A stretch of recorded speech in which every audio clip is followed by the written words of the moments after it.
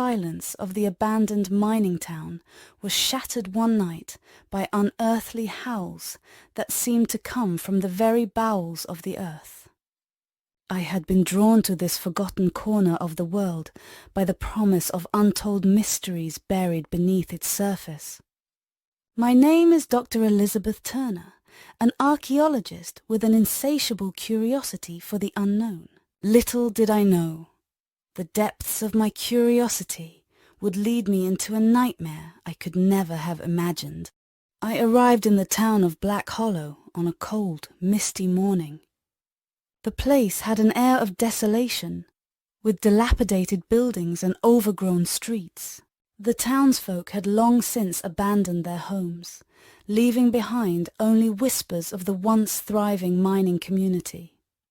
My heart pounded with anticipation as I set up camp near the old mine entrance, eager to uncover the secrets it held. The mine itself was a foreboding presence, its entrance yawning like the mouth of a beast ready to devour anyone who dared to venture inside. As night fell, the wind carried an eerie wail, almost like a cry for help. My rational mind dismissed it as the wind playing tricks, but deep down, I felt an unease that I couldn't shake. That first night, I lay in my tent, unable to sleep. The howls grew louder, more insistent, filling the air with a sense of dread. It was as if the earth itself was mourning some ancient sorrow. I resolved to enter the mine the following morning, determined to find the source of these disturbing sounds. Dawn broke with a chilling fog that clung to the ground. Armed with my flashlight and a sense of resolve, I approached the mine's entrance. Each step echoed against the cold stone walls, amplifying the silence that swallowed me as I descended. The deeper I went, the more oppressive the darkness became, wrapping around me like a suffocating shroud. I reached a chamber deep within the mine, where the air was thick with an earthy scent. The howls were louder here, reverberating off the walls in a cacophony of anguish. I stumbled upon what seemed to be an ancient artifact, half buried in the dirt. It was a small, intricately carved stone, unlike anything I had ever seen. As I examined the stone, the howls intensified, shaking the very ground beneath my feet. Fear gripped me, but my fascination overpowered it. I carefully pried the stone from the earth, feeling a strange energy pulse through my fingers. In that moment, I knew I had unearthed something extraordinary. The howls ceased abruptly, leaving a deafening silence in their wake. I felt a chill run down my spine, as if unseen eyes were watching me. Clutching the stone, I hurried back to the surface, desperate to escape the oppressive darkness of the mine. The fresh air outside was a welcome relief, but the sense of foreboding lingered. Back at my camp, I studied the stone under the dim light of my lantern. It was covered in symbols that I couldn't decipher, but there was an undeniable sense of power emanating from it. I felt a strange connection to the artifact, as if it was calling to me, urging me to uncover its secrets. That night, the howls returned, louder and more frantic than before. They seemed to surround my tent, pressing in from all sides. My heart raced as I realized that whatever force I had disturbed in the mine was now reaching out for me. I knew I had to return to the depths, to seek answers and hopefully put an end to the terror.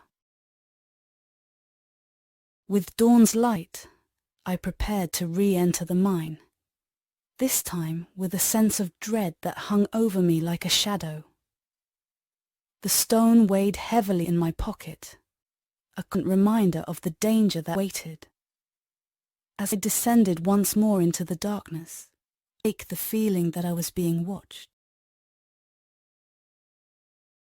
The howls guided me labyrinthine tunnels, their intensity growing with each step. The wall closed in around me, the air growing colder and more stifling. I reached the chamber where I had found the stone, only to... The ground was littered with bones, and a foul stench filled the air.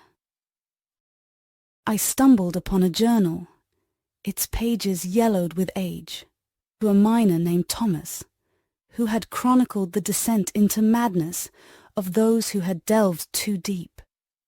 His final entry spoke of the howls, an accursed artifact that had been uncovered, unleashing a malevolent force that drove the miners to their doom. As I read, the howls grew deafening, echoing in my mind. I realized with horror that the stone in my possession was the very artifact Thomas had written about. Panic set in, as I understood that I'd unwittingly unleashed the same malevolence upon myself. I tried to leave the chamber, but the tunnels seemed to twist and change, leading me deeper into the earth. My flashlight flickered, casting eerie shadows that danced on the walls. I felt the presence of something ancient and evil, watching, waiting. Desperation clawed at me as I stumbled through the darkness, the howls now a relentless onslaught. My mind raced, trying to find a way out. I remembered Thomas's journal, his words echoing in my ears. He had written of a ritual to seal the artifact, quell the howls and bring peace to the tormented souls. Clutching the stone, I retraced my steps to the chamber, the howls following me like a malevolent chorus. I gathered the remnants of Thomas's belongings, hoping to find clues to perform the ritual.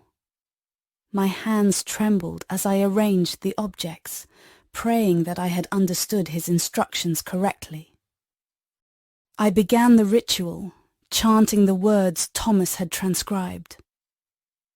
The air grew colder, the howls more frantic. The ground shook beneath me, and I feared the mine would collapse. But I pressed on, driven by the hope that I could end this nightmare. As I finished the incantation, the stone pulsed with an intense light. The howls reached a fever pitch, then suddenly ceased. An oppressive silence fell over the chamber, broken only by my ragged breaths.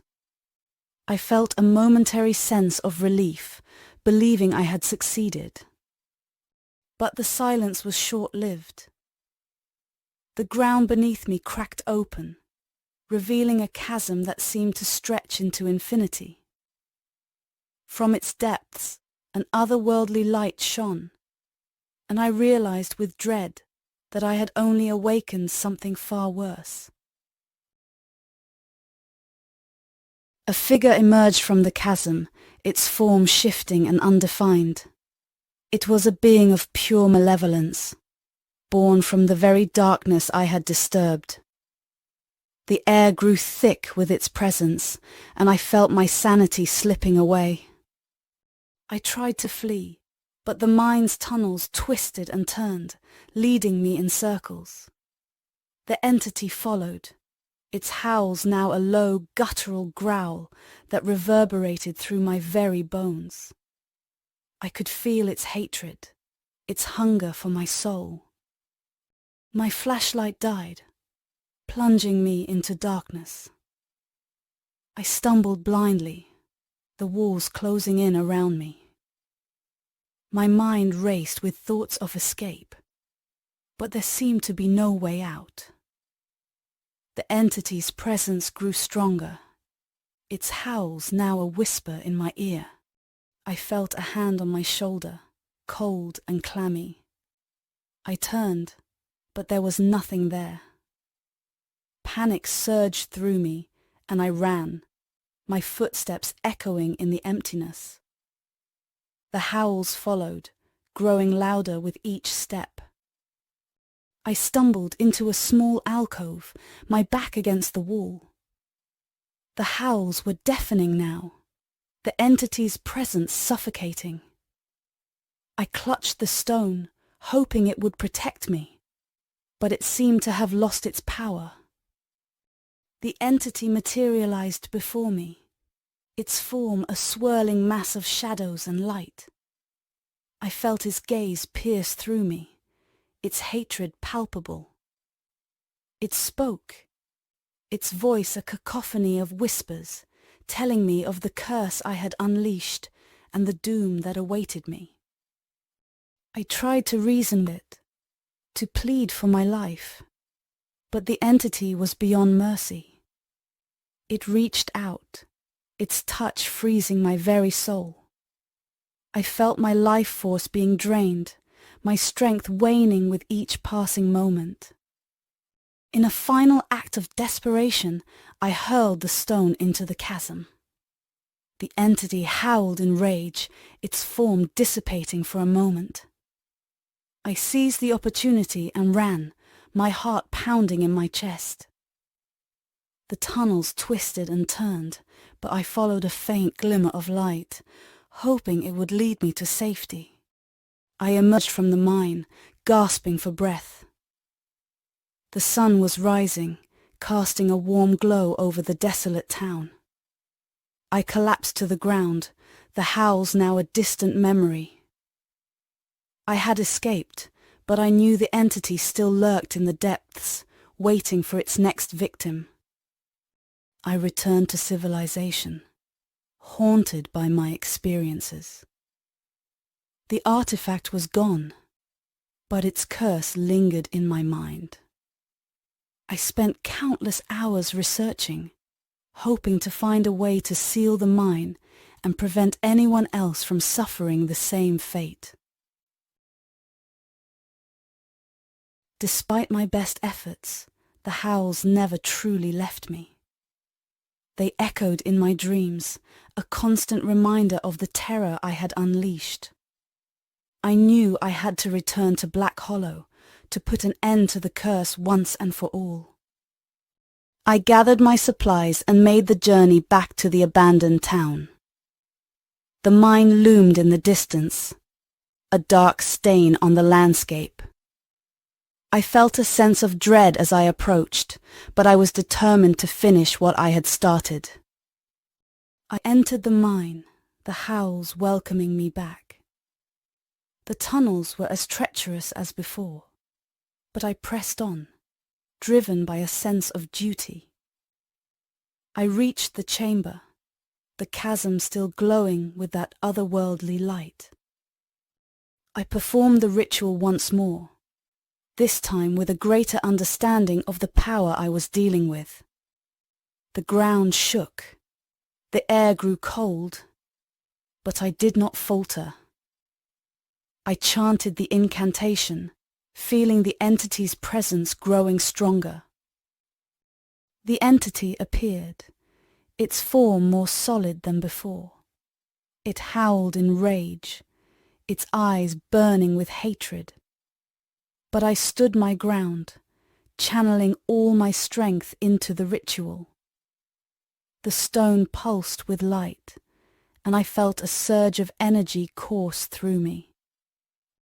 The entity lunged at me, its touch freezing my soul.